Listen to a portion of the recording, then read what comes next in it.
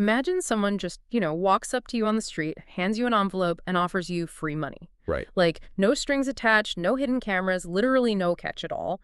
But instead of taking it, you just look them dead in the eye, strike a match, and set the cash on fire just to spite them. It sounds completely unhinged. It really does, like Yeah. something a movie villain does just to prove a point. But game theorists and behavioral economists have proven time and time again that you and, well, everyone listening to this deep dive would probably do exactly that under the right circumstances. Yeah, and it defies every traditional model of logic we've ever built. We really want to believe that human beings operate like a meticulously coded algorithm.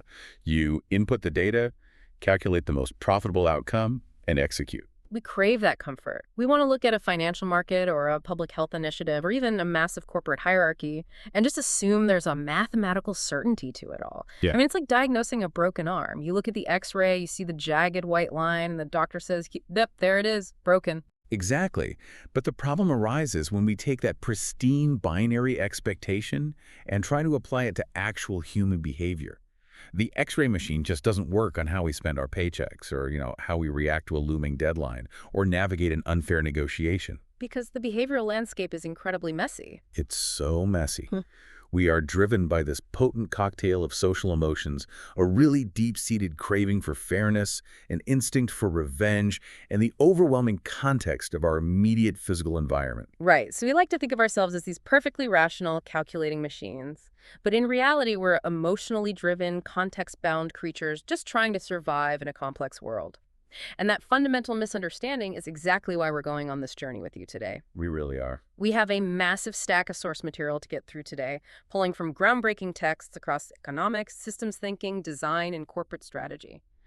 For everyone listening, we are pulling from Horror Economics, Scarcity, Thinking in Systems, Economies, and Cultures, Change by Design, and Good Strategy, Bad Strategy. And looking at all these distinct fields simultaneously, it reveals a really fascinating pattern because you have an anthropologist studying peasant farming, a product designer at IDEO, and a systems theorist analyzing global supply chains. And they're all fundamentally grappling with the exact same obstacle. The unpredictable, irrational human being. Precisely. So, our mission today is to unpack the myth of the rational actor in simple, everyday language. We're going to start in the game theory labs that mathematically prove we aren't robots.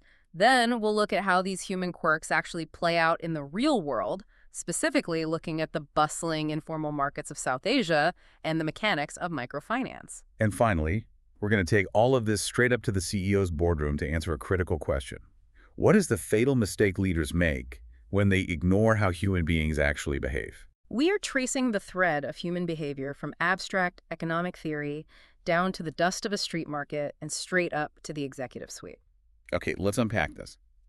Before we can figure out how to fix broken systems, we have to examine the foundational assumption that they were built on. Right. I want to look at the standard neoclassical microeconomic model. This is the absolute bedrock of modern business theory, and it posits this theoretical human being known as Homo economicus, the economic man. Standard economics assumes that this individual is, well, essentially a supercomputer. Yeah, flawless calculator. We're supposed to have stable preferences, the ability to accurately rank those preferences, and the unwavering discipline to always make choices that maximize our personal utility. And utility in this context really just translates to personal satisfaction or financial profit. Yeah. The model demands that if you're faced with a choice between earning $10 and earning $20, you always take the 20. Right. Or if you have to choose between working an extra hour for pay or going to sleep, Homo economicus runs this flawless internal algorithm calculating the exact marginal value of that sleep against the exact monetary value of the wage and optimizes the decision. It assumes perfect information, perfect foresight, and a purely self-interested mind. Which is incredibly convenient for economists. I mean, it makes the math work beautifully on a chalkboard. But when we cross-reference this with economic anthropology, specifically the insights from our source economies and cultures, the math just starts to fall apart. Completely falls apart. Anthropologists present a contrasting framework often called the moral peasant model. When you look at traditional peasant economies, people simply do not behave like isolated calculators trying to maximize individual profit. Their economic decisions are entirely entangled in social institutions. They prioritize reciprocity, the communal management of shared resources, and maintaining a moral order within the village. And standard economists historically just brushed this off. They assumed the moral peasant was merely a symptom of pre-industrial or developing societies. The working theory was basically that once you introduce modern markets, global trade and currency, the communal mindset just evaporates, and everyone magically transforms into Homo economicus. But empirical research completely shattered that assumption, right? Wow. Humans, universally and across all levels of industrialization, constantly deviate from rational predictions. And I think nothing demonstrates this more viscerally than the ultimatum game. Oh, absolutely. The ultimatum game is a classic example. I really want to introduce the mechanics of this game because reading about the cross-cultural study the anthropologist Joseph Henrich conducted absolutely blew my mind. He ran this experiment across 15 different cultures globally, from foragers in the Amazon to nomadic herders to modern urbanites. And the setup is brilliantly simple. It really is. You have two anonymous players. Player 1 is handed a stake of real money. Let's say it's equivalent to $100. Player 1 is instructed to offer a portion of that money to Player 2. And the critical mechanism here is Player 2's power of veto. Player 2 can either accept the offer or reject it. If they accept, both players walk away with the money exactly as Player 1 divided it. Okay. But if Player 2 rejects the offer, the researchers take all the money back. Both players get absolutely nothing, zero. So if I'm Player 2 and I'm a purely rational calculating machine, a textbook Homo economicus, and Player 1 offers me a single dollar out of the 100, I should eagerly accept it because $1 is mathematically greater than $0. Exactly. And a perfectly rational Player 1 knows this and therefore should confidently offer the smallest possible non-zero amount. Right. The mathematical prediction is that Player 1 offers 1 penny, and Player 2 accepts it because a penny maximizes their utility relative to 0. But when researchers took this out of the theoretical realm and ran it with actual humans, the results sent shockwaves through the economics community. Because people reject the money. They reject it constantly. Across almost all cultures, if Player 1 offers less than 25 or 30%, Player 2 consistently tells them to take a hike. They reject the offer. They willingly choose to walk away with nothing, inflicting a literal financial penalty on themselves just to guarantee that the greedy Player 1 also gets nothing. We would rather burn free money than let someone get away with an unfair split. Yeah, and the emotional response is immediate and intense. Participants report feeling genuine anger when presented with a low offer. They aren't calculating marginal utility at all. They're calculating fairness. They are willing to pay a tangible financial cost to inflict revenge for a perceived social injustice. Wait, I want to push back on this slightly. Does irrational in this context just mean we're being stupid? Because getting angry and throwing away free money sounds incredibly counterproductive. It feels like navigating a dark maze with a penlight. You're making the smartest move based on the 3 feet you can see, reacting to your immediate anger, even if a bird's eye view shows you're walking into a dead end. Are we just blinded by our emotional impulses? What's fascinating here is that the penlight is actually illuminating a much longer, more complex path than the purely rational actor sees. Oh, really? Yeah. The bird's eye view reveals that human beings do not exist in a vacuum of one-off anonymous transactions.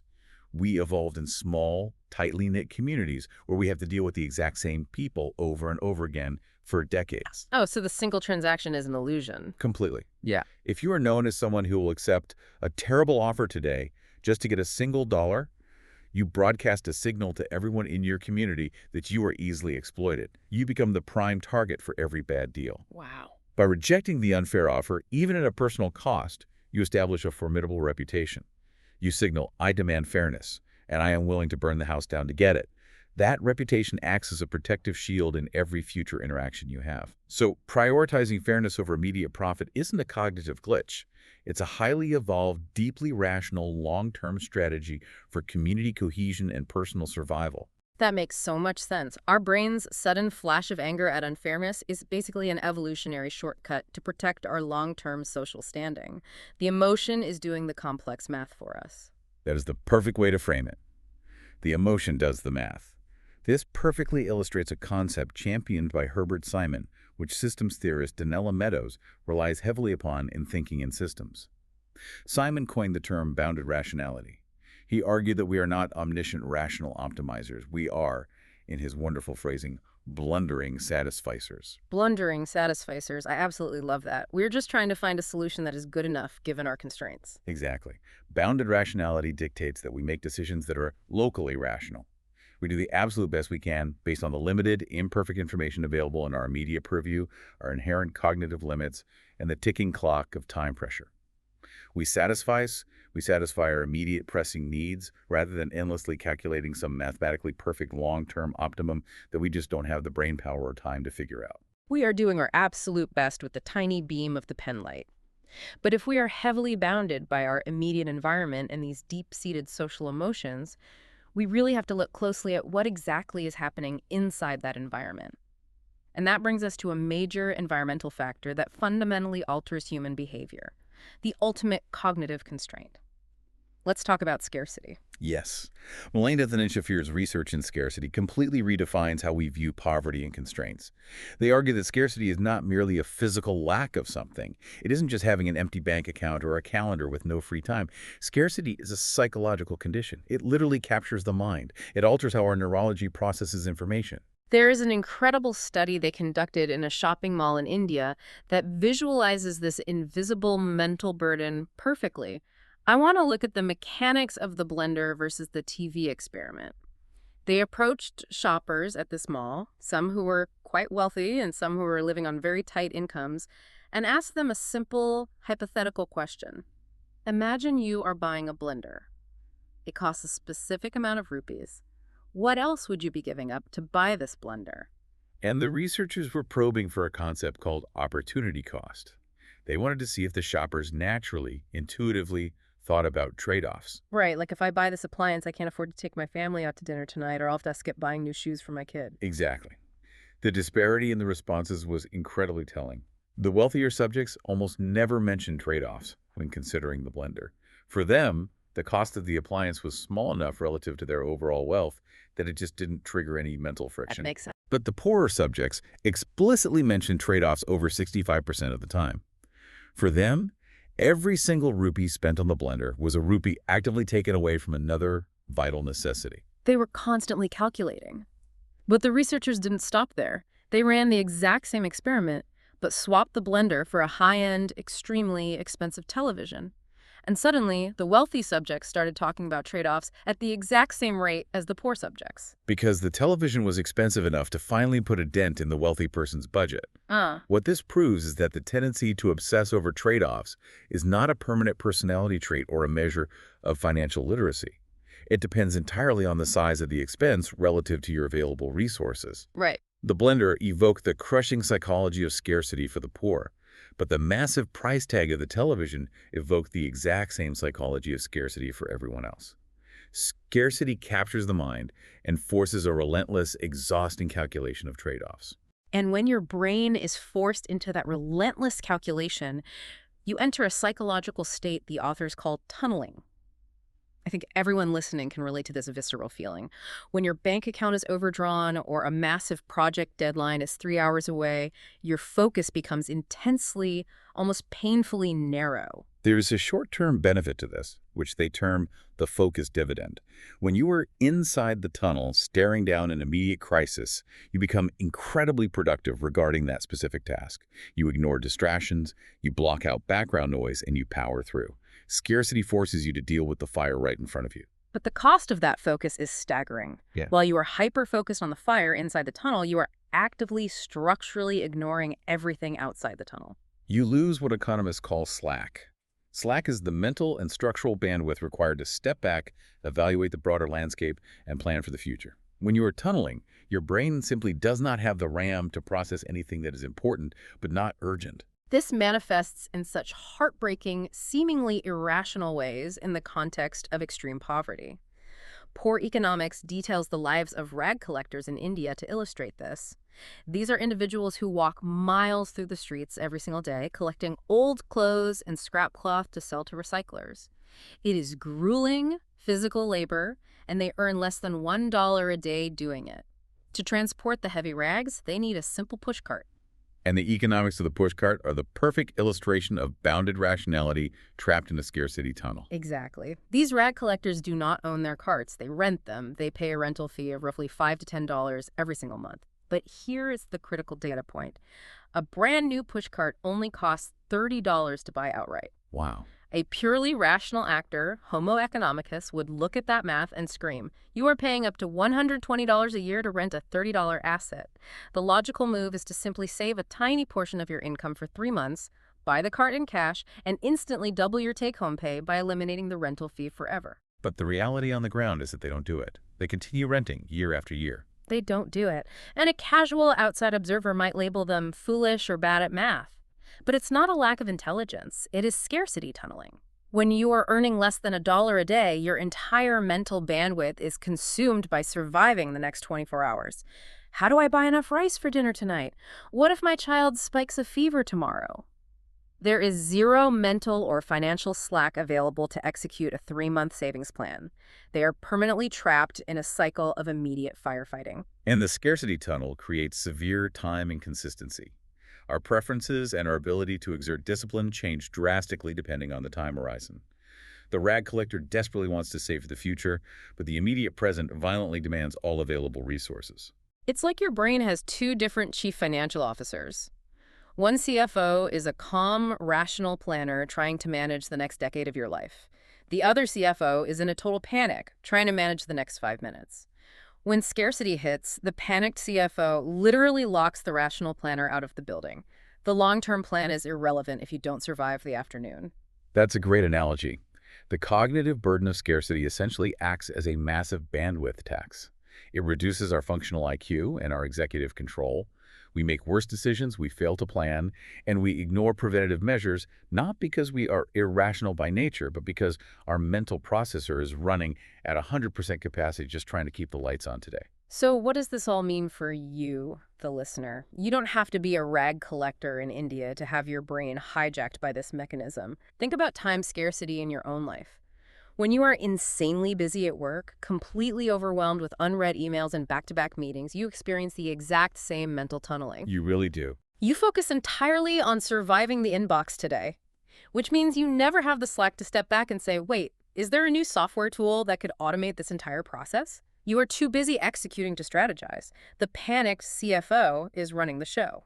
And if we accept this premise, that human beings are bounded by potent social emotions like fairness, and that our cognitive abilities are easily hijacked by the tunneling effect of scarcity, we have to look at how people actually manage to survive these conditions. To understand that, we need to travel into the bustling, chaotic, informal markets of South Asia.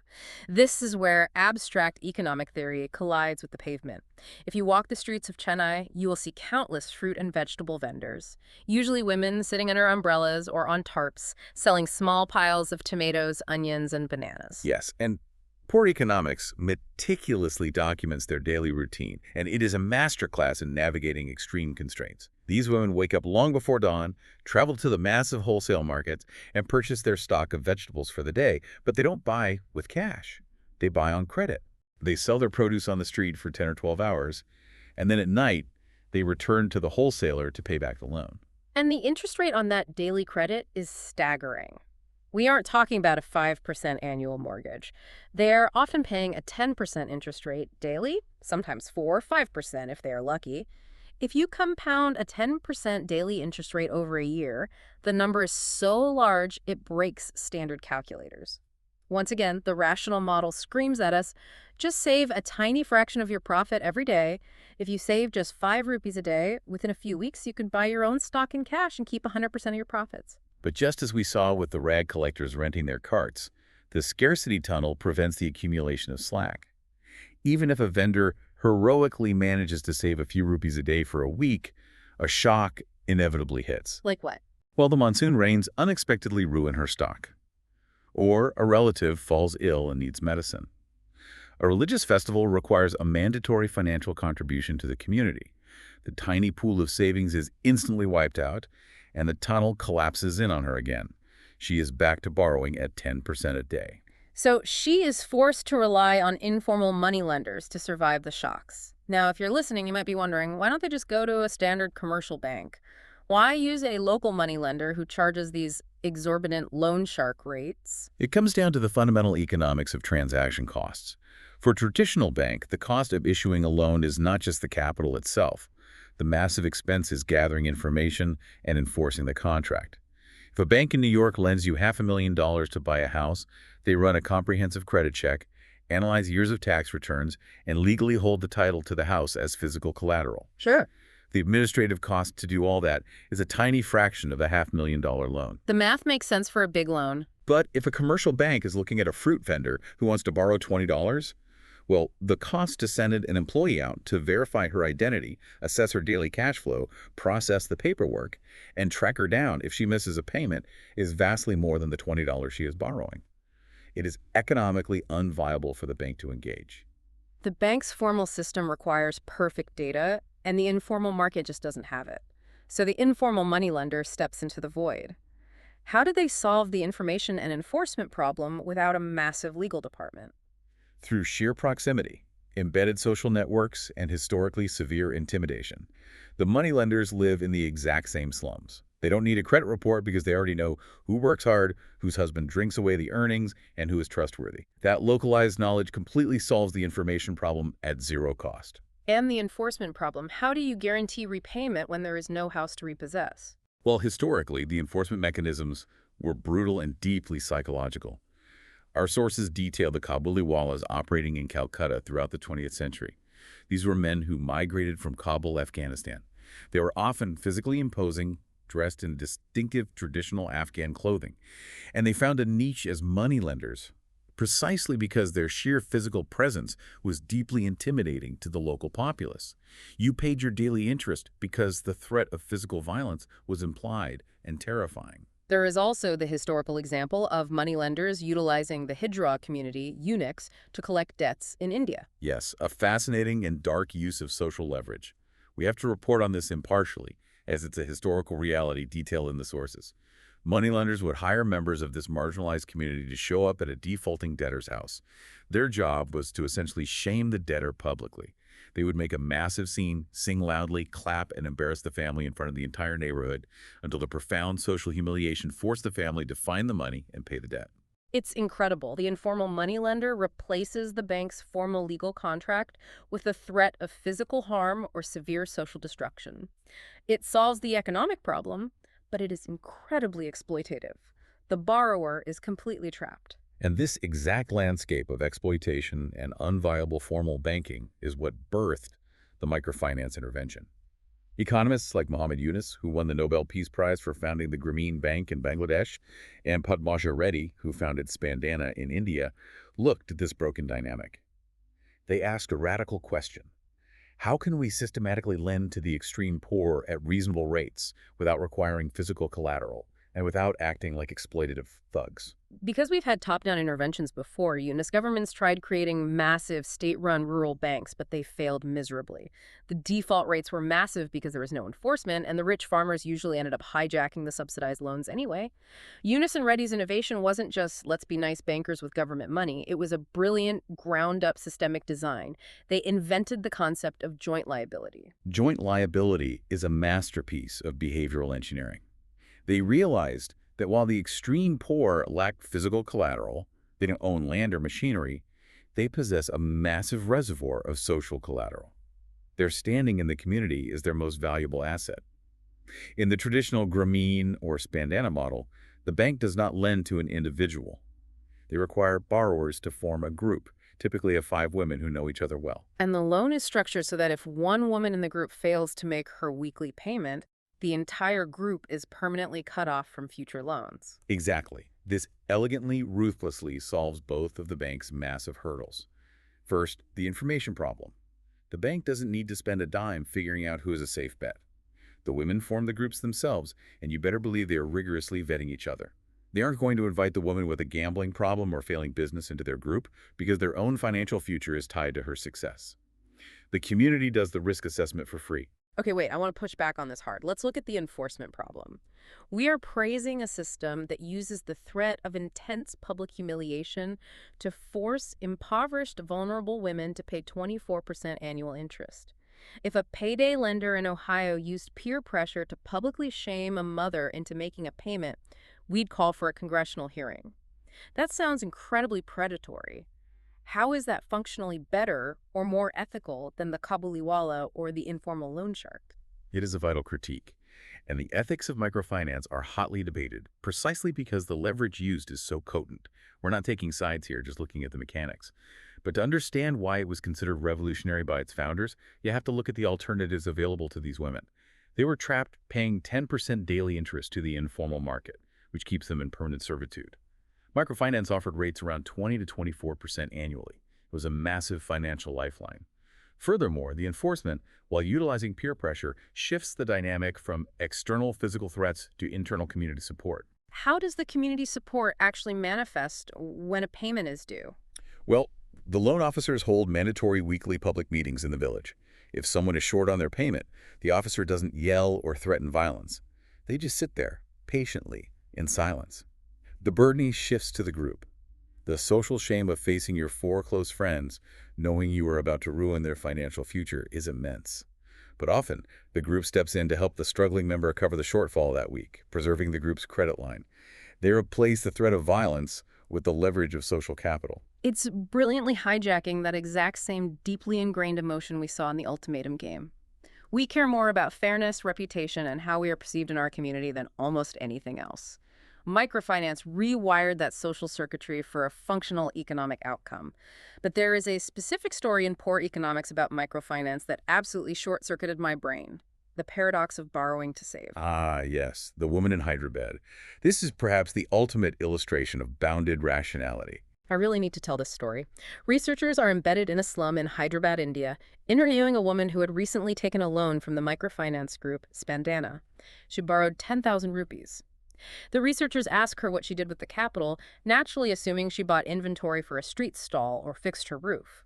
She casually replies that she took the 10,000 rupees and immediately deposited it into a basic savings account at a commercial bank. Because she was trying to accumulate a lump sum for her 16-year-old daughter's future dowry. Wait. She is willingly, purposefully losing money on interest. The microfinance loan from Spandana is charging her roughly 24% annual interest. The commercial savings account is paying her maybe 4% interest. She is voluntarily taking a massive guaranteed financial loss. If she has the cash flow to make the weekly microfinance payments, a rational actor would just put that exact amount directly into her savings account every week. She would earn the 4% and completely avoid paying the 24% to Spandana. Exactly. And when the researchers pointed out this obvious mathematical inefficiency to her, she and the other local women who had gathered around to listen actually laughed at them. They thought the highly educated Western economists were incredibly naive. Why? I mean, why would they laugh at basic math? Because the economists were assuming a world without time inconsistency. The women in Hyderabad intimately understood the cookie jar problem. They know their own bounded rationality. They know that if they have loose cash lying around the house, or if they try to rely purely on their own willpower to save a few rupees a week, the chaotic reality of the slum will intervene. Right, the shocks. Exactly. A husband might demand the money for alcohol. A relative might drop by asking for an emergency loan. Or, just exhausted from the tunneling of daily survival, they might give in to the temptation to buy a sugary tea or a snack. The money will simply disappear into the friction of daily life. So they are actively using the microfinance loan as a rigid disciplinary tool. Exactly. The obligation to pay Spandana every single week is strictly, immutably enforced by the loan officer and the immense peer pressure of the group. It is non-negotiable. By taking the loan at 24%, she is essentially paying a 20% premium to force herself to save. She is purchasing external self-control because she knows her environment and her cognitive tunneling make it impossible to generate that self-control internally. That is profound. She is hacking her own bounded rationality. She knows she is a blundering satisficer whose internal CFO is panicked, so she completely outsources her financial discipline to a rigid external system. And the behavioral data actually backs this up. When researchers tracked households after they received microfinance loans, they saw a sharp, unexpected drop in spending on what they categorized as temptation goods, things like extra tea, snacks, and tobacco. The rigid weekly payment structure forced the households to cut the daily fat that they simply couldn't muster the willpower to cut on their own. And this is the crux of the entire deep dive. If humans are not purely rational calculating machines, we must design systemic interventions that explicitly account for these social preferences and cognitive limits. Microfinance succeeded at a massive scale precisely because it did not assume its clients were rational profit maximizers. It assumed they were messy humans, susceptible to shame, reliant on peer pressure, and acutely lacking self-control in the face of scarcity, and it designed a financial architecture around those exact human traits. Okay, this brings up a massive, difficult question. Joint liability worked beautifully for loan repayment because the peer pressure was organic to the tight-knit culture of a village. But how do we artificially engineer that kind of localized empathy? How does a boardroom of executives in Silicon Valley or a team of engineers in a lab systematize an understanding of messy human behavior? How do you build things for real people when you are completely removed from their context? To answer that, we really have to look at the framework of design thinking. We pull heavily here from Tim Brown's foundational book, Change by Design. Brown argues that historically, the corporate world has viewed innovation through a purely technocentric lens. The standard process is that brilliant engineers sit in an isolated lab, invent a mathematically faster processor or a chemically superior adhesive, and then literally throw it over the wall to the marketing department to figure out how to trick people into buying it. But Brown points out that the technocentric approach inevitably leads to a graveyard of commoditization. Eventually, your competitors reverse engineer the faster processor, so to stay ahead, your engineers just keep adding features. You end up with store shelves full of products that are differentiated only by unfathomable, useless buttons that nobody actually wants or knows how to use. Right, and to break that cycle, Brown advocates for human-centered design. The designer's fundamental job is not to start with the limits of technology. It is to start with the lived experience of the human being.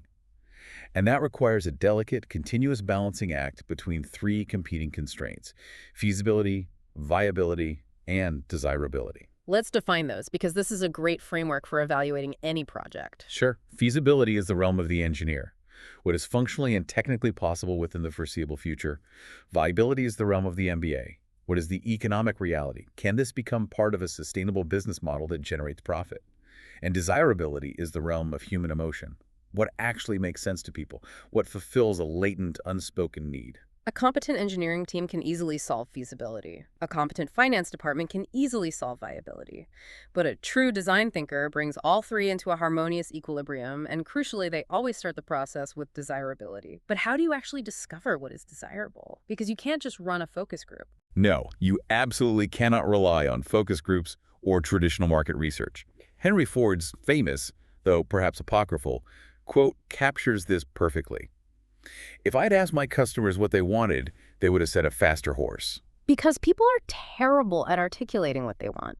Either they don't have the technical vocabulary to imagine a new solution, or, and I think this is way more common, they've adapted so cleverly to broken systems that they don't even realize they are struggling. They just accept the friction as a law of nature. Humans are master adapters.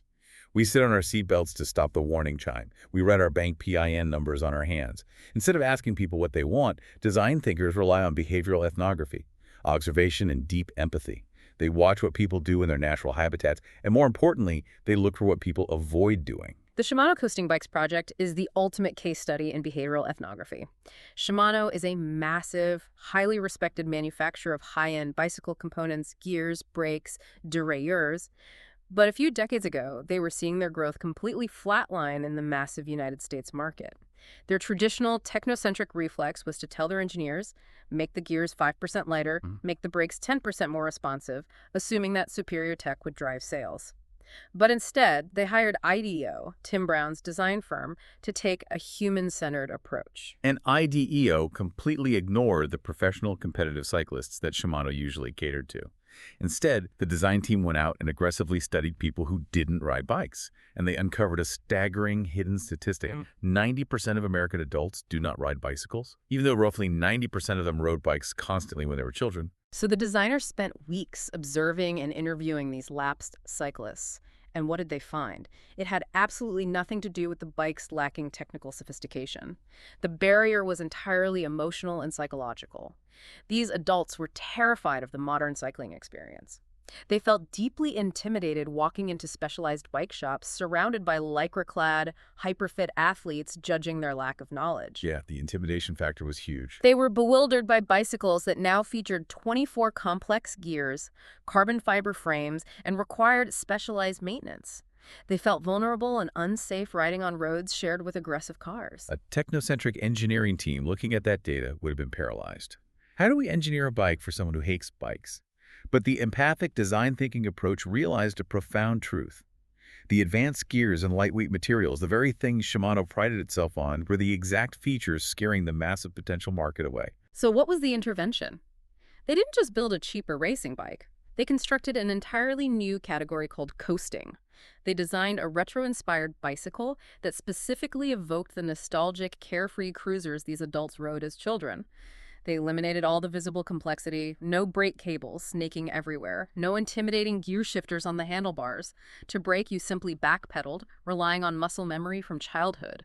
They added a wide, comfortable, trotted seat. But here is the genius of balancing the constraints. It wasn't just a dumbed-down primitive toy. They utilized Shimano's incredible engineering feasibility. They hid a highly advanced automatic transmission inside the hub of the wheel. It shifted gears seamlessly based on the rider's speed, requiring absolutely zero effort, knowledge, or maintenance from the user. They took the complex math of gear ratios and buried it so the human didn't have to think about it. They perfectly balanced feasibility, the hidden automatic transmission, with viability for Shimano to sell components, and intense desirability for a consumer who just wanted to feel the wind in their hair without feeling like an idiot. It was a massive success because they designed the system for the messy, intimidated human, not the rational, optimizing athlete. And we see the transformative power of this empathy even more vividly when we move away from physical products and look at complex service systems, like healthcare. Tim Brown recounts an IDEO project aimed at fundamentally redesigning the patient experience in a hospital emergency room. This ER experiment is my absolute favorite story in the entire stack of sources. If the hospital administration had tried to solve patient satisfaction internally, they would have looked at logistical spreadsheets, wait times, bed turnover rates, insurance processing metrics. But an IDER designer named Christian Simsarian decided to utilize extreme empathy. He didn't interview doctors, he faked a severe foot injury, concealed a small video camera under his clothing, and literally checked himself into the emergency room as a patient. He experienced the system from the exact vantage point of the user, lying flat on his back on a hospital gurney. And when the design team gathered to watch the hidden camera footage back, it wasn't a story of medical inefficiency. It was a horror movie of psychological isolation. The video was hours and hours of staring at acoustic ceiling tiles, blinding, buzzing fluorescent lights, being wheeled down anonymous, identical hallways without explanation, enduring unexplained, agonizing waits in cold corridors while alarms beeped in the distance. It was a visceral, undeniable recording of the crushing tedium, the escalating anxiety, and the complete, terrifying opacity of the patient journey. If we connect this to the bigger picture, the hospital administration was viewing the ER system through the rational lens of logistical efficiency, triage priority algorithms, nurse allocation, equipment utilization. But the human being experiences the system exclusively through the lens of vulnerability, pain, and fear. When Christian went undercover, he proved that a top-down logistical solution completely ignores the local emotional reality of the system's most important actor. The intervention that followed wasn't just about moving gurneys 10% faster. It was about systematically addressing the anxiety. It led to a massive redesign of the environment, how information is communicated to patients, how the physical space is designed to orient them rather than confuse them, and how patients are given back a small sense of agency and control in a terrifying situation. The overarching lesson is clear.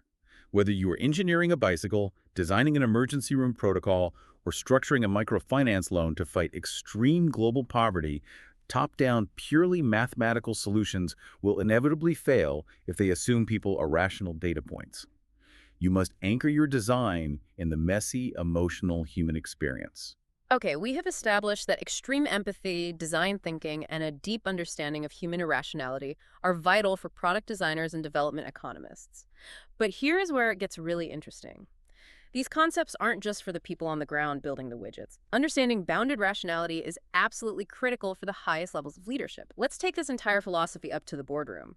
What is the biggest, most fatal mistake a CEO makes if they ignore how human beings actually behave in a system? The fatal mistake at the executive level is confusing strategy with goal setting. We draw heavily here from Richard Rumelt's brilliant book, Good Strategy, Bad Strategy.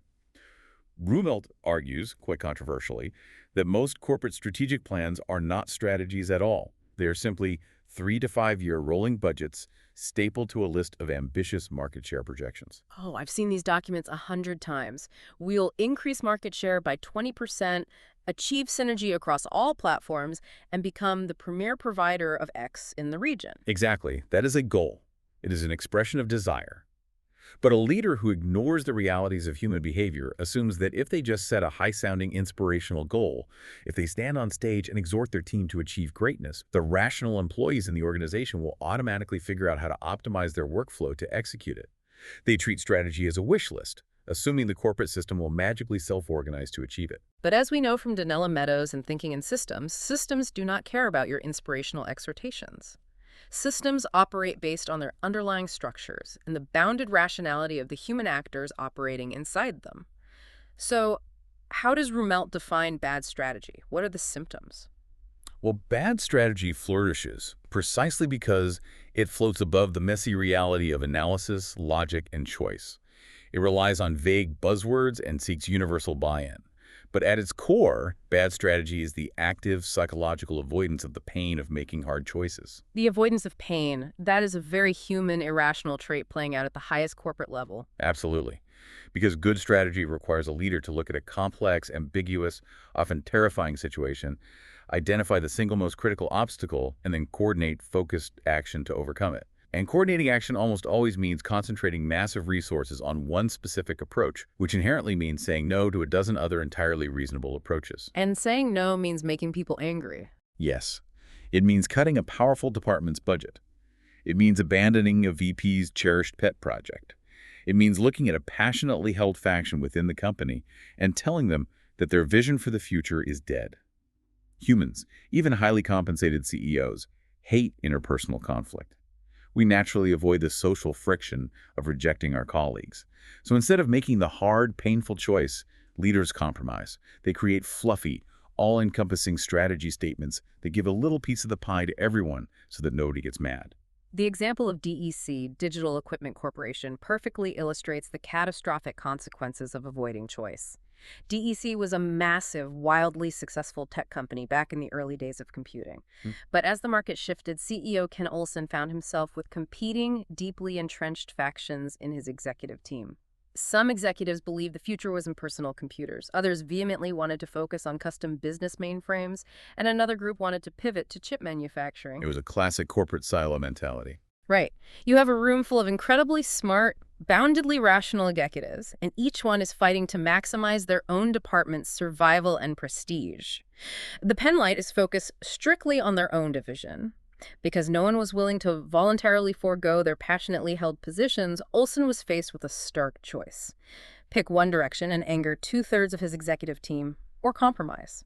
He told the group to reach a consensus. Which is an abdication of leadership. It's a total disaster. They argued for days, and because nobody would yield, they watered everything down. The resulting strategy statement they released was something to the effect of, DEC is committed to providing high-quality products and services and being a leader in data processing. Which means absolutely nothing. It is corporate cotton candy. By actively avoiding the hard, painful work of choice, Olsen avoided hurting individual egos in the boardroom that day, but he crippled the entire organization. Without a clear, singular direction, the company fractured. They eventually lost their market dominance and were swallowed up because they were trying to do a little bit of everything poorly instead of focusing their energy to overcome IBM or Apple. Rumelt has a brutal quote. Universal buy-in usually signals the absence of choice. If no one is mad at your strategy, you probably don't have a strategy. And if a leader doesn't absorb the pain of making those hard choices, they inevitably fall prey to what systems thinkers call policy resistance. This phenomenon occurs when a leader sets conflicting goals or implements top-down rules within a complex system without understanding the motivations of the actors inside it. Right. Meadows gives a brilliant, totally neutral economic example of this by looking at the mechanics of the illicit drug trade. The government wants to reduce drug use, addicts want to buy drugs, pushers want to sell drugs at a highly profitable price, law enforcement wants to get drugs off the street. Every single actor in that system has a completely different goal, and they are all acting perfectly rationally within their own local bounds to achieve it. So if the government enacts a blunt policy and says, let's crack down on the supply at the border, the supply drops. The government celebrates a win. But the addicts still have a physiological demand for the drugs. Because supply is low and demand is rigid, the street price skyrockets. And that higher price suddenly makes selling drugs wildly, astronomically profitable, which incentivizes new pushers to enter the market, who then find innovative, harder-to-detect ways to smuggle the drugs past the border crackdown. The system actively resists the policy. Because the underlying structure, the rigid human demand, was never addressed. The boundedly rational actors in the system simply readjusted their tactics to fight the intervention and maximize their own utility. Exactly. This is why Rumelt argues that good strategy is scarcity's child. You do not have unlimited resources to fight every battle or please every executive. Good strategy explicitly acknowledges the scarcity of resources and the messy reality of the human system. The master strategist is essentially a master designer, operating exactly like the microfinance pioneers or Tim Brown's IDEO team. They don't just pick from a list of desirable goals. They construct a coordinated action, a highly specific, targeted intervention imposed on a system to overcome its natural, messy workings. Here's where it gets really interesting. A great leader absorbs the overwhelming complexity and ambiguity at the top, makes the painful choices, and passes down a simplified, solvable problem to their teams. They don't just stand on a stage and yell, "Fix healthcare." They say, "We are going to completely redesign the triage intake process to reduce patient anxiety by 50% in the next 6 months, and we are cutting the budget of these 3 other departments to fund it." It aggressively focuses the energy. It gives a team a clear, actionable target that fits within their bounded rationality. It prevents the paralyzing effect of tunneling because the leader has already mapped the maze, made the hard choices, and pointed the flashlight in the exact right direction. Man, this is incredible. We have traveled a massive intellectual distance today. We started in the abstract game theory labs, proving with the ultimatum game that we aren't perfectly rational calculating machines. We will literally set money on fire because we care deeply about fairness and our social reputation. We traveled to the informal markets of India, seeing how the crushing cognitive weight of scarcity forces people into tunneling, making them rent push carts for exorbitant fees or borrow at 10% daily interest just to survive the afternoon. We saw how brilliant systemic interventions, like joint liability microfinance, succeed precisely by harnessing our human quirks, using the leverage of social shame and our desperate desire for external self-control to build a functional banking system for the extreme poor. We looked through the empathetic lenses of design thinkers, lying on gurneys in emergency rooms to understand the visceral, emotional human experience, proving that technological feasibility alone cannot solve human anxiety. And we took all of that up to the CEO's boardroom, recognizing that leadership isn't about setting vague goals to keep everyone happy. It is about absorbing the pain of making focused choices to guide a complex system of irrational actors. The common thread running through every single one of these sources is undeniable. Systems, whether they are global economic frameworks, consumer products, or corporate hierarchies, only function successfully when they account for the beautifully irrational, emotionally driven, constraint-bound human beings living inside them. If you design a system for Homo economicus, it will shatter upon contact with reality. You must design for the blundering satisficer. It changes absolutely everything about how you look at the world around you. But it also leaves us with a really heavy, provocative question to ponder. If we accept the premise of everything we've discussed, that humans are deeply prone to tunneling, crippled by cognitive biases, and highly susceptible to overwhelming social pressures, and if we begin actively designing interventions and default nudges to quietly guide their behavior, Like purposefully using the fear of public shame to ensure microfinance repayments, or intentionally hiding the complex gears on a bicycle to trick adults into riding, or automatically enrolling employees in retirement savings plans because we know they lack the slack to do it themselves. Exactly. If we're doing all that, where is the line between empathetic design and paternalistic manipulation? If we recognize that the purely rational X-ray machine is broken, and we take it upon ourselves to step in and rewrite the code of human behavior for people's own good, who actually gets to decide what the right choice is? It is the ultimate behavioral dilemma. Once you possess the knowledge of how to pull the invisible levers of human irrationality, the responsibility of holding those levers becomes immense. Just a little thought experiment for you to mull over the next time you find yourself making a totally illogical choice or setting your own money on fire.